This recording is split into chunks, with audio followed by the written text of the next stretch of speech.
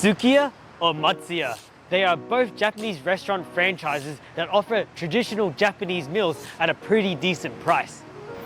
Offering a well-balanced breakfast, lunch, and dinner, when you take a look at the menu, you can see why there aren't very many overweight Japanese people. I'm here to find out which restaurant serves better meals, and in order to do that, I'm going to be ordering similar menu items. This is the real food battle, and I'm going to give these two restaurants a taste test.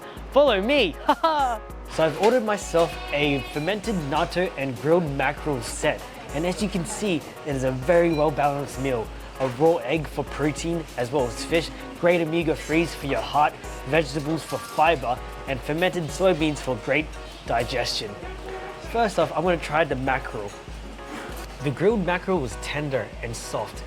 Felt really nice in my mouth. The fish oils and aromas wasn't too fishy. I was expecting it to be a little bit unfresh tasting, but that charred grilledness goes really well with it. So far, so good. The pickles were really crunchy and it wasn't too sour. It's more on a lighter bland level with a hint of acidity. Really refreshing, and I can see how you can eat between the mackerel and the pickles to cleanse the palate. The natto tasted like any other natto, sticky, sweet, and a little bit of a funky smell. The rice, however, was on the softer, drier side rather than the softer, sticky side, which isn't what I'm a big fan of. The miso soup was very well balanced. It wasn't too salty. I've been to places before where they put a little bit too much paste, and afterwards I just feel like drinking a lot of water. The little tofu fried bits, it was a nice addition to the soup because it absorbed all the juices and it created a whole new flavor of fried tofu and salty and subtly sweet goodness.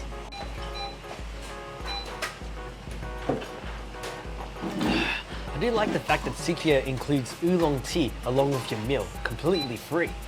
Well, that was absolute mayhem. I've learnt a new lesson today, not to come to these places when it's peak hour.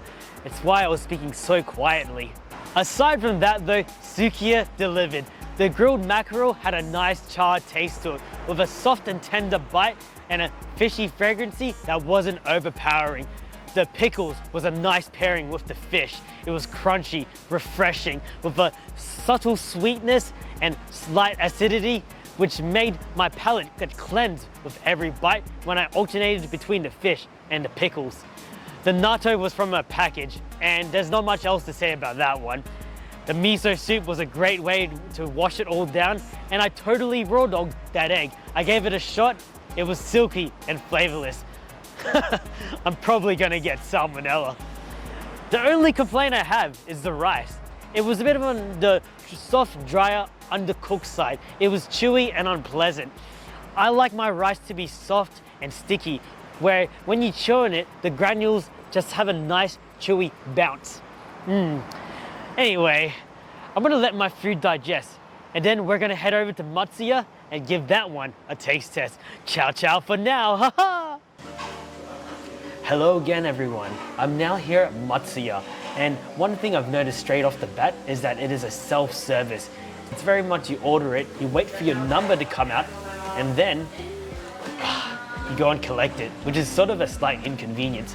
And I think I spent a little bit more on this meal, and I'm gonna get a lot less. In this meal set, it includes rice, pickles, some beef, a piece of salmon, and some miso soup. I didn't have an egg, which is something I like to eat with my breakfast. Anyway, let's begin by tasting the salmon. Cheers. Ooh. Salmon is grilled to perfection. You can taste like the burnt fat, and it's actually quite pleasant. You have to be careful of the bones though, because I was chewing on it just before and I was like, whoa, almost killed myself. In terms of flavor, I find that these pickles are slightly more saltier than the ones from Sukiya. It still maintains that crunchy freshness that pickles should have, which is a big plus for me. Whoa, that beef is very tender. Has a salty sweet taste to it.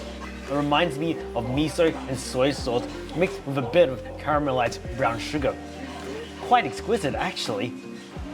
Oh yeah. The rice is definitely a lot more softer and moist at Matsuya.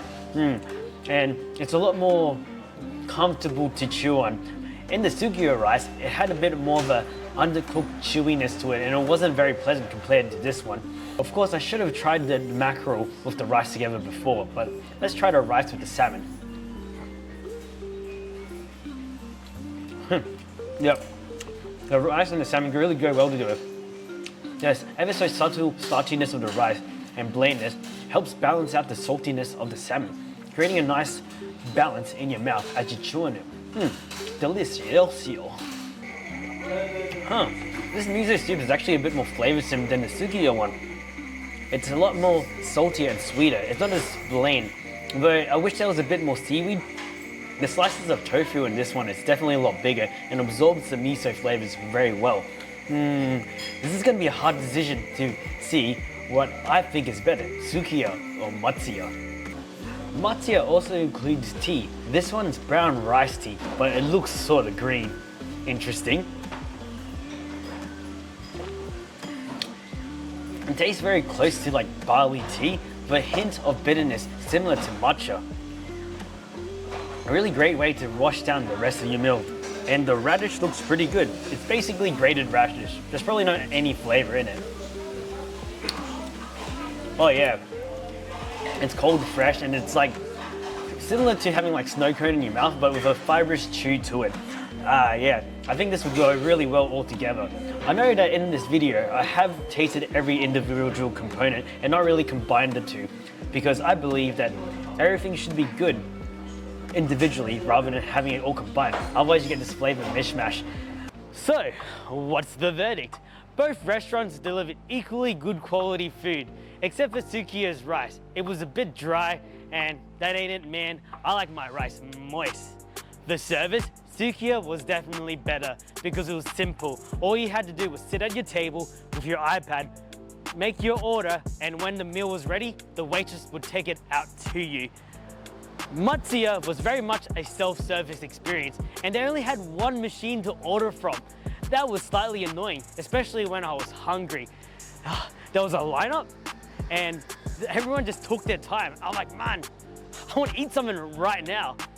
On top of that, when your meal was ready, you had to go and collect it yourself. And because of that, I've come to my decision that Sukiya won today's real food battle. Do you think my decision was fair? Leave it in the comments below. Or come to Japan and try these restaurants out yourself. That's all I have to say about this one. I'm the Noodle Hunter, and goodbye everyone. Ha ha!